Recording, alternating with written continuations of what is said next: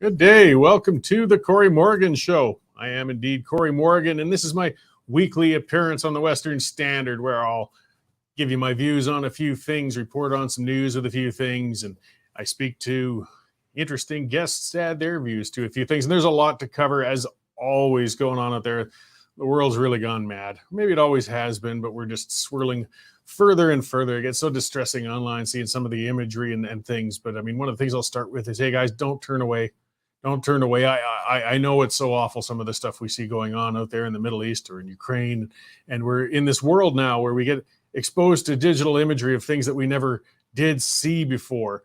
And it's stomach wrenching. It's saddening. It's terrible. But at least we're in the comfort of our homes out west in a place where we're not dealing with that sort of wartime directly out here. And but we shouldn't let that let us forget what other people are dealing with in other parts of the world and how nasty and awful it's been. And the guest I'm going to have on today is a gentleman named Greg. I'm probably going to mispronounce the name. I should have asked him. Greg Ligertwood. He's been involved in some of the protests, Al-Quds Day, and some of the protests that were going on the other week in Calgary. As we've had basically, the way I'll put it, pro-Hamas and pro-Israel protests going on. I mean, see the disputes in the other world still impact us all the way over here, and the people want to express themselves on it. And I want to talk a bit more, nuanced on it about why we feel we should express ourselves on those issues all the way over here, but where the line gets drawn too. I mean, is it okay to have Hezbollah flags or Hamas flags waving in our country out here? But how do you interfere without interfering on the right to protest? How much involvement should police have in keeping protesters away from each other because they don't want to have a riot like we saw in North Calgary with Eritrean protesters, it wasn't so much a protest, that was a separate thing. But at the same time, they how far to keep them out of the middle. Nothing's ever cut and dry. Nothing's ever simple. So yes, we'll have a good discussion there, and I'm looking forward to it. I want to talk about something else for some of our subscribers, I'm sure, who are watching. There's a few folks who are trying to get onto the Western Standard site this morning and found, hey, the site looks different, but boy, I can't log in. Yeah, we've just migrated to a whole new platform, guys, and it's going to be better. It's going to be a much smoother ride than the last one. Unfortunately, of course, you make those best laid plans, and sometimes there's hiccups and things, and there's been issues. We're having difficulty getting people logging in who have accounts as subscribers. Hey, we really appreciate your patience with us. So what's going to happen actually is that until this is resolved, the paywall is coming down. Guys, you'll be able to get on the site for free. If you haven't subscribed yet, here's your chance. Get on there to the westernstandard.news, dig around, look at those stories. If it's not down right now, it's going to be pretty soon. And hopefully that paywall is going to be back up soon, because it'll mean we've sorted out and fixed those issues and we've reset your passwords and everything. We, again, apologize for the headaches that came. You try to make things move smoothly, but it can be hard. It's a big, intensive website with a lot of depth to it, and just sometimes moving those things over can be challenging. So thanks for your patience with it, guys, and you can email and call for support. Of course, there's been a lot of emails and calls, and we will respond to them all kind of in the order that they came in. It'll take a little while, but just use patience. Get on there, guys. It's going to be fixed up. It's going to be better than ever before later on. But for the moment, hey, you got free access beyond the paywall. All right, let's talk about, I see one of the commenters was talking about that already with C-69. And some of you guys, by the way, use that comment scroll if you're on here live. Have share your feedback with me, with the guests and so on. Just be civil with each other. We got lots of time to yell at each other on Twitter if we want. So let's talk about C-69. I mean, Western Canadians, we were jubilant when the Supreme Court found that the No More Pipelines bill was unconstitutional. We kind of always knew, but we had the court reaffirm that. But that celebration, didn't last very long before the federal government started signaling they're going to continue their attack on Western industries despite the court ruling. Even the Globe and Mail had a headline that said, Ottawa to press ahead with oil and gas cap despite Supreme Court decision. So yeah, even the Toronto Globe didn't try to sugarcoat it. The government plans to ignore the ruling of the Supreme Court of Canada, or at least to work around it. It sounds like it looks like the plan is to simply pack the regulations for a cap on oil and gas production into a new bill and jam it through Parliament. Jagmeet Singh will, of course, gleefully support it. I mean, you got to think, it took 4 years to get C-69 to the Supreme Court. It'll presumably take just as long to get any new legislation to the highest court in the land as well. So development and investment will continue to be chilled in the West. The government doesn't care if the new bill gets thrown out. It'll accomplish what it wants to, and that's to grind the oil and gas industry in Western Canada to a halt. Let's not pretend that's not their goal. The Trudeau regime doesn't care about the Constitution. They don't care about the tens of billions of dollars oil and gas bring into the federal coffers every year. They don't care about the hundreds of thousands of jobs, direct and indirect. They don't care that world demand for oil and gas products is expected to increase for decades to come. This is a government of zealots. They're ideologues, and they're beyond reason. Trudeau's government support numbers are in the toilet, and he doesn't even care about that anymore. He's obsessed with having his own personal legacy, and he wants that legacy to be taking down the oil and gas industry he loathes so much. He wants to leave by poking those darn Westerners one more time in the eye, because he's never forgiven the West for its refusal to capitulate to his father's ideological government decades ago. The federal government has no sense of fiscal reality and no respect for the businesses that create wealth for Canadians. And we've seen this disrespect as the head of Suncor Energy was dragged on the carpet and interrogated by Liberal and NDP MPs last week over the business decisions of the company. What horrific sin did Suncor commit to be dragged across the country to have to explain, themselves to the federal politicians? Well, they sold off their lame wind and solar projects and said they were actually going to focus on oil and gas development. In other words, an oil company wants to be an oil company. They did nothing illegal or immoral, yet the authoritarian squids in government felt they had the right to demand an explanation of them. Suncor CEO Kruger, he should have told him to go to hell, to be honest, and stayed home. Appeasement never works with zealots, and he wasted his time and energy trying to explain himself to a group of people who had no right to demand an explanation from him in the first place. The attitude's the same with the grocery chains. Trudeau demanded the Competition Bureau look into grocery prices, and the Bureau did so. And Trudeau's own study concluded there was no gouging in the retail grocery sector. They called the profits modest. Well, that wasn't good enough for Justin. To hell with the facts. He then ordered the CEOs to appear in Ottawa again and demanded they reduce prices within weeks or he would tax them. Now, the arrogance of the demand was galling. The economic illiteracy on display is unsurprising but still troubling. How on earth can chains operating on profit margins of 4% or less significantly cut food retail prices while remaining profitable? Trudeau doesn't care. Further, how would taxing those businesses save consumers any money? How do taxes make anything cheaper? Well, of course, from a man who says carbon taxes make living cheaper, economic logic doesn't apply to him. Only Trudeau has those answers, because nobody with a whiff of economic knowledge understands his demands. They know it makes no sense. Trudeau won't let himself be bound by reality or principle, though. He's flailing and desperate as his public support crumbles, and he's decided the private sector is the source of his problems. This is a dangerous attitude, though, coming from an authoritarian minority government being backed by a socialist. The damage he can cause with his constant attacks on Canadian business could reverberate for decades as he turns the nation into an investment pariah.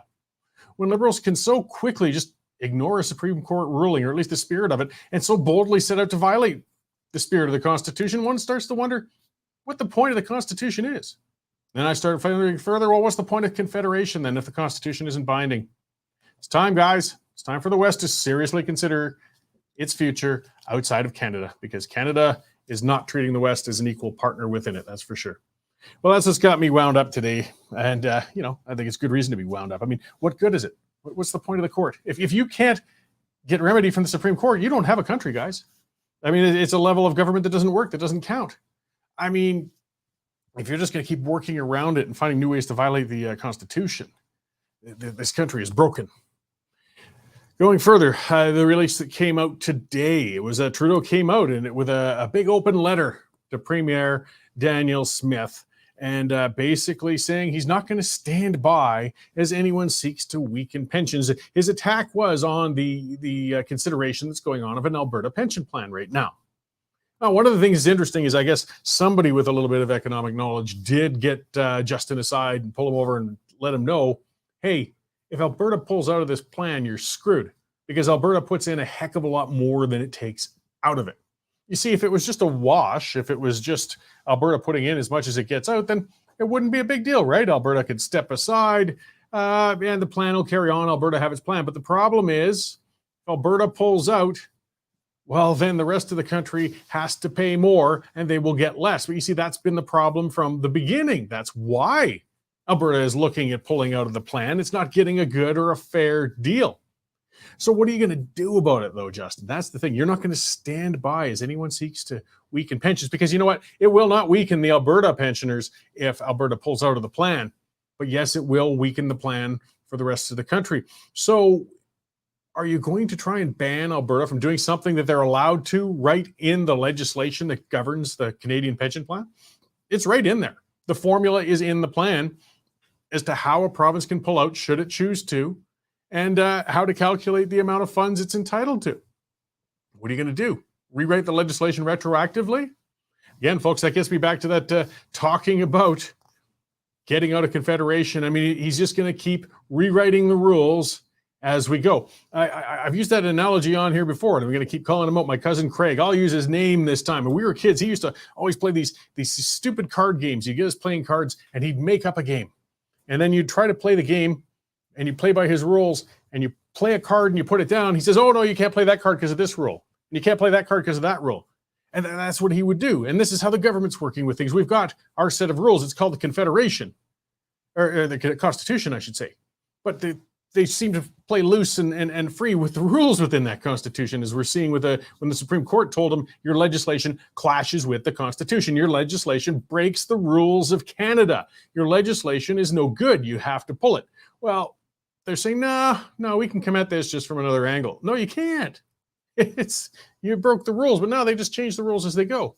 Likewise with the Alberta pension plan, consideration. Well, if Alberta's looking to leave the plans based on the rules within the plan, who on earth are you to suddenly say we can't? That's how it was written up, Mr. Trudeau. Get somebody to read it to you. I know you need a little help with those things. Maybe if we put the legislation governing the Canada pension plan into a pop-up book, Justin Trudeau could be brought into understanding how it works. So if you change those rules retroactively, you screw Albertans who have been over-contributing into that plan for decades. Again, the support for secession in Alberta that's sitting around 25% on average, it will only grow, because it's when more people start to realize the deck is stacked against us. They're going to, no matter how you try to play within the rules, they will just change the rules. So, if Trudeau was smart, you see, that's a big if, right? This is a difficult one. He should be looking at, then, how can we reform the Canada pension plan so that Albertans won't choose to leave the plan? How will Albertans be more comfortable about supporting this plan when it's putting in far more than it takes out? And so people say, no, that's not true. That's not true. Albertans, everybody, a person in Alberta puts this much in the plan, they get this much per month out. It's the same. No, it's not. You see, because Alberta has a population, for one, that maxes out their pension contributions more than anybody else. So we've got a higher income out here. As well, we have one of the youngest populations in the country. So it's kind of a Ponzi scheme. I mean, it works out well for the people already collecting in other parts, but the ones pumping the money into it right now, we're shoring it up.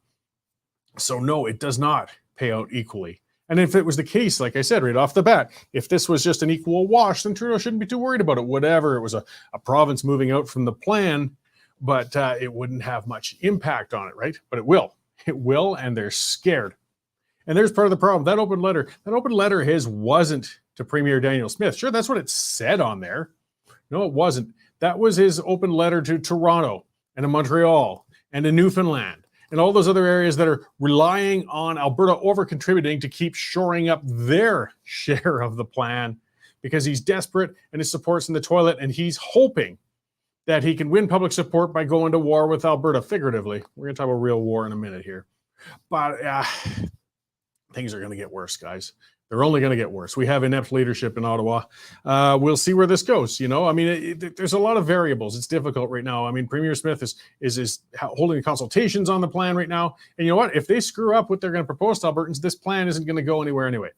They better make sure that any proposed plan keeps government's grubby fingers away from it, because no Albertans are going to accept, you having a personal kitty off to the side. I don't think that's the intent, but they better make that clear.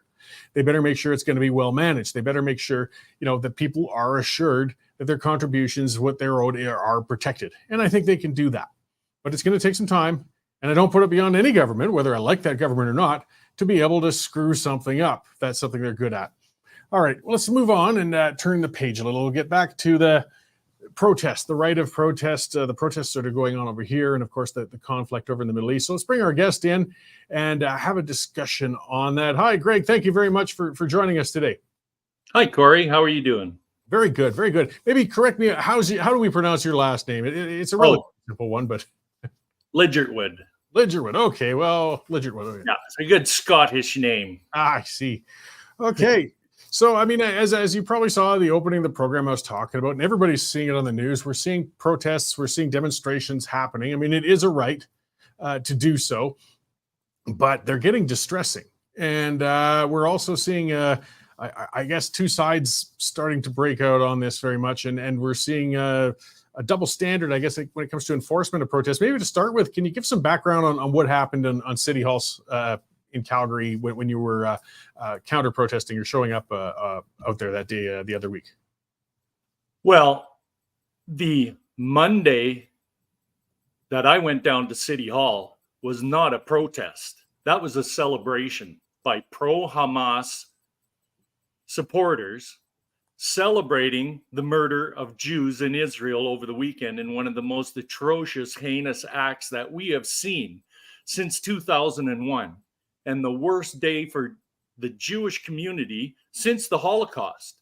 This was not a protest. These people were celebrating these murders by handing out candy and jumping up and down and yelling their support for Hamas, and all joyous over the murder of Jews. So to me, that was just disgusting. I couldn't believe the police, and I was on the police as much as I was on these lunatics, because first of all, Hamas is a registered terrorist group in Canada. It has been since 1987. It is illegal to support a terrorist group in Canada. You're subject to arrest and seizure of your assets under Section 83 of the Anti-Terrorism Act. So how the police were allowing this to even go on is beyond me. But of course, now, it's all clear. Canada is no longer a country run by the rule of law. If it was run by the rule of law, these people, this celebration would have been broken up. Those people should have been arrested as supporters of a terrorist group. And the one policeman said to me, he said, I said, Hamas is a registered terrorist group. She said, that's your opinion. I said, that's not my opinion. That's Canadian law. These are terrorists. You cannot support a terrorist group in Canada, or you're subject to arrest. There's no way that any of these other protests either should be allowed to happen, because they're all in support of a vicious, inhuman, medieval, barbarian terrorist group. And that's illegal in Canada. So why the police are letting this go on? Well, it's not really beyond me. I used to say, oh, it's beyond me. It's not beyond me. Canada doesn't run on the rule of law anymore. Well, Canada's run. Sorry. Oh, that's quite all right. I was just going to interject. So yeah, that precedent has been long established. I talked to you on the phone about that the other day. I was quite active in the past, and I went to an Al-Quds protest, which is, an annual celebration of anti-Semitism. And right. I counter-protested with some others down there, just a handful of us. And the police got on my case. And this is back when we came from a bar to there. I was not drunk, but he smelled beer on my breath. He says, "Are you drunk?" The police officer getting in my face. Yeah. So I could take you in for public intoxication. I'm not drunk. I said, look, and the thing that got him worked up was when I pointed, because they were waving a bunch of Hezbollah flags at that one. And I mean, that's the yellow flag with an AK-47 on it. It makes no bones about it. It's a terrorist flag. I said, why are you not intervening with these terrorists over there? He did not like that question. He didn't want, I don't think, though, I'll play a little devil's advocate with what happened with yourself, with what happened to me. I don't know if it's so much the police officers support the terrorists, but they'll kind of pick the smaller side to try and diffuse things and get them separated and pull them the heck out of there because it's too hard to deal with. I mean, it's a lazy way to deal with it, but I don't know if it's necessarily taking a side. It certainly is. And the officer who seemed to be in charge told me that they're neutral. They can't pick sides. I said, that's ridiculous. This is a registered terrorist group. It's illegal to support a terrorist group in Canada. He said, oh, that's above my pay grade. So I said, oh, so you're just following orders? Oh, yes. Well, I said, just following orders is illegal.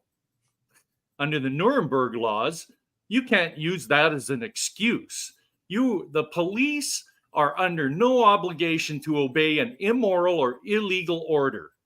And the order to stand down and allow at least this celebration last Monday, Thanksgiving, the order to stand down and allow that to go on was certainly illegal and absolutely immoral. To allow these people to run around handing out candy, dancing for joy at the murder of Israeli citizens was illegal and immoral. And the police are under no obligation, no matter who, the mayor, the chief of police, each individual officer is under no obligation to obey an immoral, illegal order. So it gets like difficult. Like we saw the Eritrean, I could be mispronouncing that as well. You know, the riot that broke out in North Calgary, and that was two factions that basically chose to get together and attack each other over something that was happening, overseas. And the police, I think, again, were just caught off guard. And if they'd tried to intervene, they could have made a bad situation worse. I still think they dropped the ball on a bunch of levels, but they can be overrun. Like what. I'm just playing, devil's advocate, but if things had been allowed, if the police had waded into the crowds and tried to start arresting people, would they have had the means or ability to do so? Well, they could have done it before this whole thing started.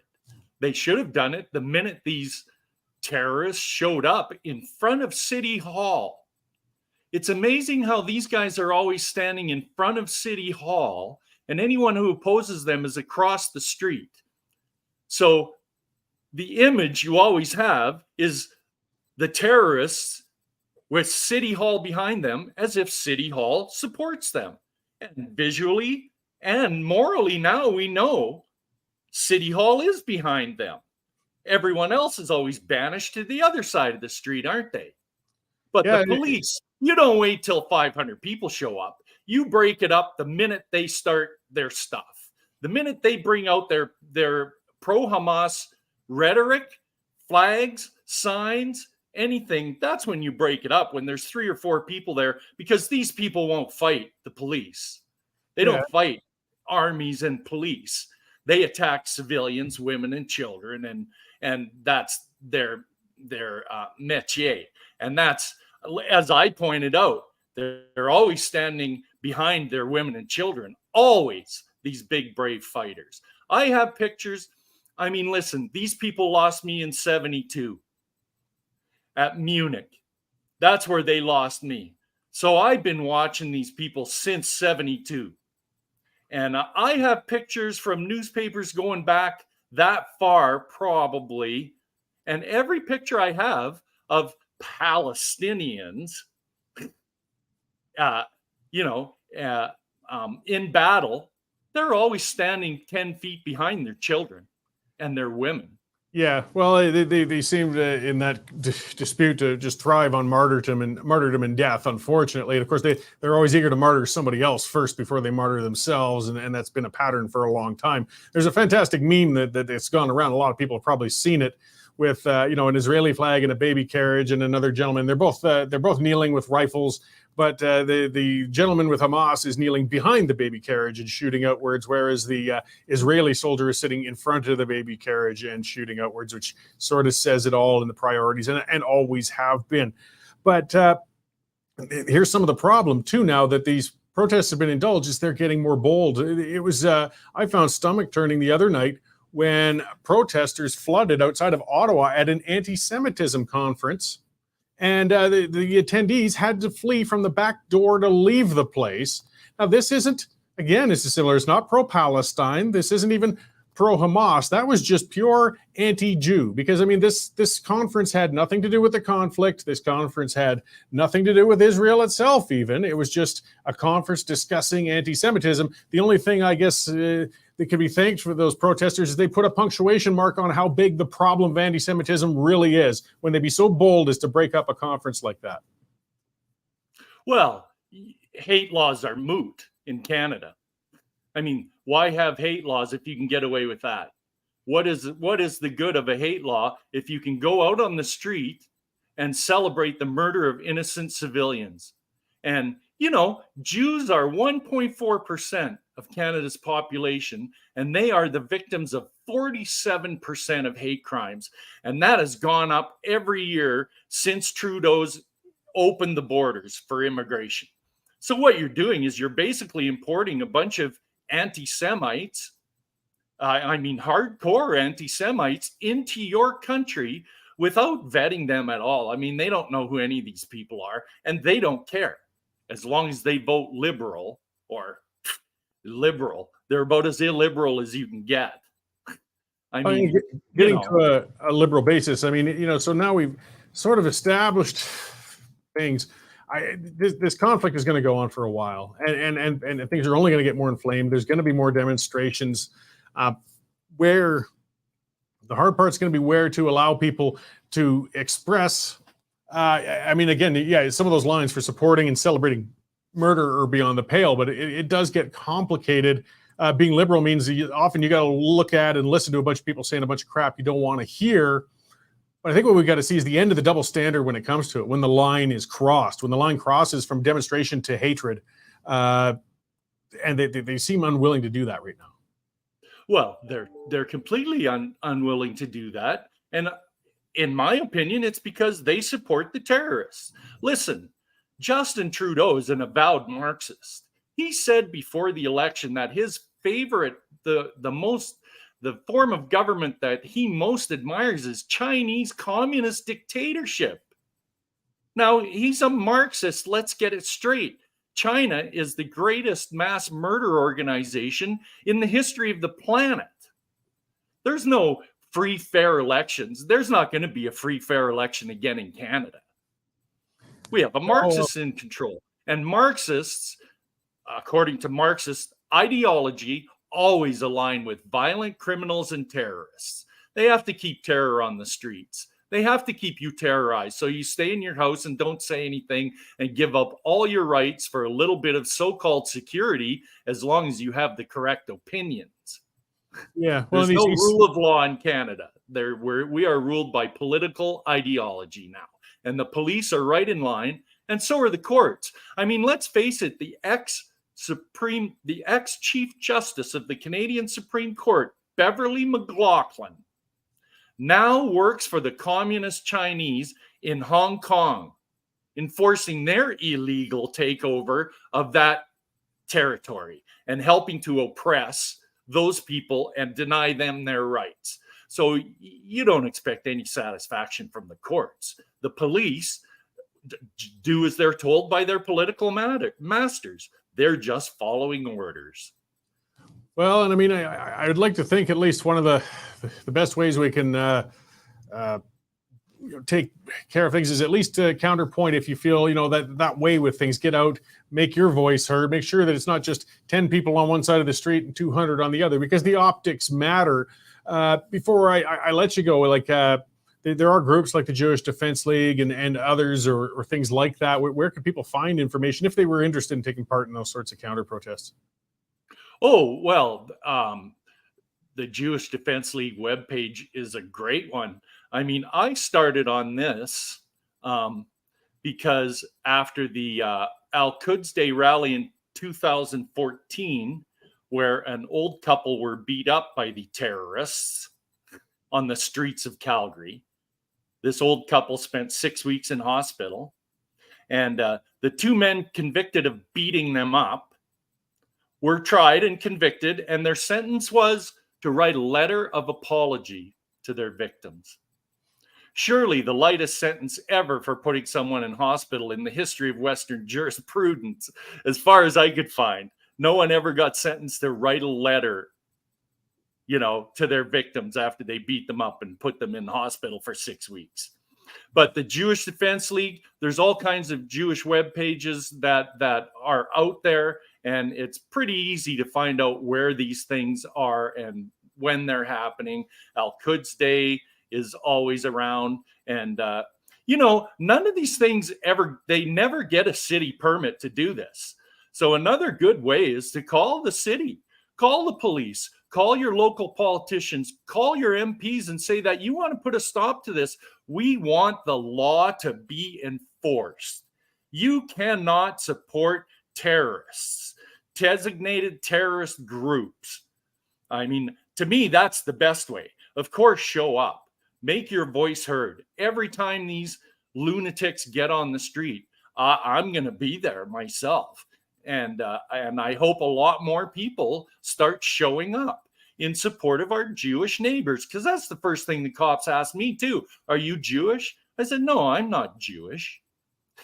You know, it should be irrelevant anyways. Well, the segment's gone quickly. I knew it would, but I appreciate you coming on to talk to me today. And then it's true. I mean, if we don't stand up and speak for ourselves, then we're allowing the others to own the microphone, and things only become worse. So the weather's good, the conflict's bad, but you know, don't be afraid to go out and speak your mind at these things and show that there's another side. So thanks for getting out there, and thank you for coming on to talk to me today. And I hope we get to talk again soon. Thanks a lot, Cory. Have a good day. Thank you. Okay. Bye. So yeah, there's a lot of nuance, guys. I see some of the things in the comment scroll and everything too. There's other sides. The main thing is, yes, there's some of it is not nuanced. Okay. Some of it, in fact, this is one of the more clear-cut conflicts I think I've seen in my whole life. I don't want to listen to the conspiracy theorists. I don't want to listen to the crap. Hamas sent people over with the express intent of causing as much havoc and murder and mayhem and blood on innocent people as they could. They wanted to have the world horrified because, well, you know what? If you listen to it, you look at why were they so wound up? Why did they do this? Well, it's because Israel was making progress on real peace. They were normalizing relations with Saudi Arabia. They were actually starting to get towards stabilizing the Middle East. And these terrorists couldn't abide by that. How dare they? Because there is no two-state solution in their minds. Hamas has it right in their charter. There's one state, and it has to involve the elimination of every Jew from Israel. That's what they want to do. This isn't a conspiracy theory on our part. Go online and read it. It's all there. They don't hide their agenda. It's pretty clear. Now, there's going to be a lot of discussion on what is the appropriate amount of retaliation on the part of Israel when something like this happens. That's debatable. It certainly is. Having no retaliation, that is not reasonable. That is not understandable. Do you expect them to just sit there and let this keep happening? Let the bombs just keep flying over the wall? Let these guys come in and slaughter music festivals attendees as they did? No. Right now, though, it is getting concerning. They've turned off the power and food and water, and I understand why. It is kind of a siege on Gaza, but they're trying to weaken them down before they go in on the streets to try and root out Hamas. But if they hold on much longer, you will get some serious disease, starvation, and there are a lot of people in Gaza who are innocent. There's always innocents get caught in every war. Unfortunately, those are the ones that always pay the biggest price. But we need some truth in reporting. We need to get to the bottom of things. CBC, let's talk about them. The state broadcaster of Canada, that vile organization that sucks over $1 billion a year out of taxpayers to put out their crap. The conservatives are calling him out on it. They still refuse to use the word terrorist when talking about Hamas. It's as Greg said, Hamas has been declared a terrorist organization for decades. It's not a theory or an opinion that they're terrorists. They're terrorists. They are outright terrorists. Look at what they did last week. They are terrorists. Why can they not even just say that? That is sickening. And then, yes, we saw the other day, suddenly it's been reported, and I remember by Hamas Health Authority, by the terrorists. The terrorists said that Israel targeted and blew up a hospital and killed 500 people. And it was awful. Holy cow. And I mean, hey, it's believable in a war. Man, there's some crazy stuff happens whatever side you might support or not support. But so everybody jumped out. Justin Trudeau, we won't abide by that, and it's illegal. And G.I. Jolie jumped out and said similar things, and the media jumped out and condemned Israel. And then the facts came in. Hey, and it's pretty clear. You look at the imagery, guys, a couple of things. It was not an airstrike. This has been independently verified by a number of people in different countries, different media outlets, different governments. It was not an airstrike. It doesn't leave a mark like that. This was Hamas sending a missile to Israel. Of course, nobody questions them. They could blindly fire these missiles into Israel. They're not bad, apparently, according to some. But they screwed up, which is believable because these guys really aren't the brightest. Terrorists, usually aren't your smartest human stock. And this thing malfunctioned, came down, and blew up in the parkade of a hospital. And they blamed Israel immediately, Hamas. Okay, I guess you could see that coming, whatever. But the fact and how quickly they gave credence to this bunch of terrorists when they made that claim instead of giving it a little bit of time, saying, well, let's hang on a little bit. Let's hang on a little bit. Now the facts are coming in, and I'm not seeing a lot of retractions. Not seeing a lot saying, oh, geez, we jumped the gun there. Sorry about that. Israel didn't target a hospital. I'm not saying Israel does everything right or it does everything nice or anything like that. But let's at least only condemn them for the things they actually did. In this case, they didn't. Why would they? They've already got a huge, nasty public relations war going on. Every time they try to defend themselves, a bunch of anti-Semitic jackasses jump up and condemn them. So why would they invite even more of that by targeting a hospital? Though there are risks, because Hamas, one of their favorite things to do is, and they've literally, you can look it up, it's not my opinion, they've put their headquarters in a hospital. Yes, they did. Hamas put its headquarters in the basement of a hospital because they knew. That way, they got the meat shields in front of them. They got the human shields. They got the innocent people. So if somebody tries to get at them, they'll say, look, they're killing hospital members. Yeah, but that's because you were hiding behind them. They put them in schools, too. This is nothing new. Common terrorist tactics. Misinformation. It always comes out a lot in wars and so on. But we should hopefully, see a little better. We got Jagmeet Singh. Of course, I don't expect much out of him, right? He's been up there saying Israel's sowing the seeds of genocide. I'm getting so sick of the abuse of the word genocide. I really am. And we see it all the time in Canada. Residential schools were genocide. No, they weren't. No, they were not. They were wrong. Kids got abused in some of them. It was not bloody genocide. Okay? Israel's committing genocide. No, they are not. They are not. Look, Hamas has it in their charter saying they want to wipe out every Jew in Israel. If they had their wishes and committed that, that's genocide. The definition of genocide. It's an internationally recognized crime. Here's the definition, where acts are committed with the intent to destroy in whole or in part a national, ethnic, racial, or religious group. They want to wipe them all out and do that. That's genocide. Now, if Israel wanted to commit genocide, let's talk about comparing the firepower between Israel and Gaza. Look, Israel could turn all of Gaza to rubble in a couple of days. It wouldn't be that hard. They could just use artillery, blow the hell out of the place, be indifferent, wipe out every person in there and rebuild on top of the mess. That's genocide. They haven't done that. They've been incredibly tolerant to a degree, actually. And it's just getting exhausting. So, cut it out. Cut it out. There's room to critique Israel. Absolutely there is. Sure there is.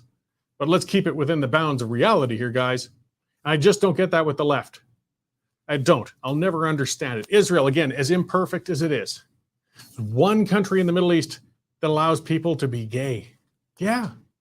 One country that allows equal rights for women. One country that, again, has some human rights, has elections. Look, in the Middle East, the whole rest of it's a crap hole of human rights misery. And the left wants to wipe out that one little beacon of democracy in the middle of it. They can't tolerate, they can't abide by that. They think the most important thing is whether a 15-year-old kid's get allowed to change his gender identity while he's in high school and his pronouns. Meanwhile, try to be gay in the Middle East. Give it a crack. See how it works out for you. But that's not a priority, apparently. I'll figure that one out. Yes. So, we just need some open discussion on these things. But this is it. This is another story that's popped up. Federal departments and agencies. This is a government that's closed-minded. They don't want discourse. They don't want open facts. They don't want things out there. They filed so many legal challenges to block disclosure of public records. Yeah, hide what they're doing from us. The Office of the Information Commissioner had to increase spending on lawyers to keep hiding. The Information Commissioner is actually supposed to be giving us out information, not hiding it from us. But welcome to our backwards country, right? Our authoritarian nation. So this is problematic, to say the least.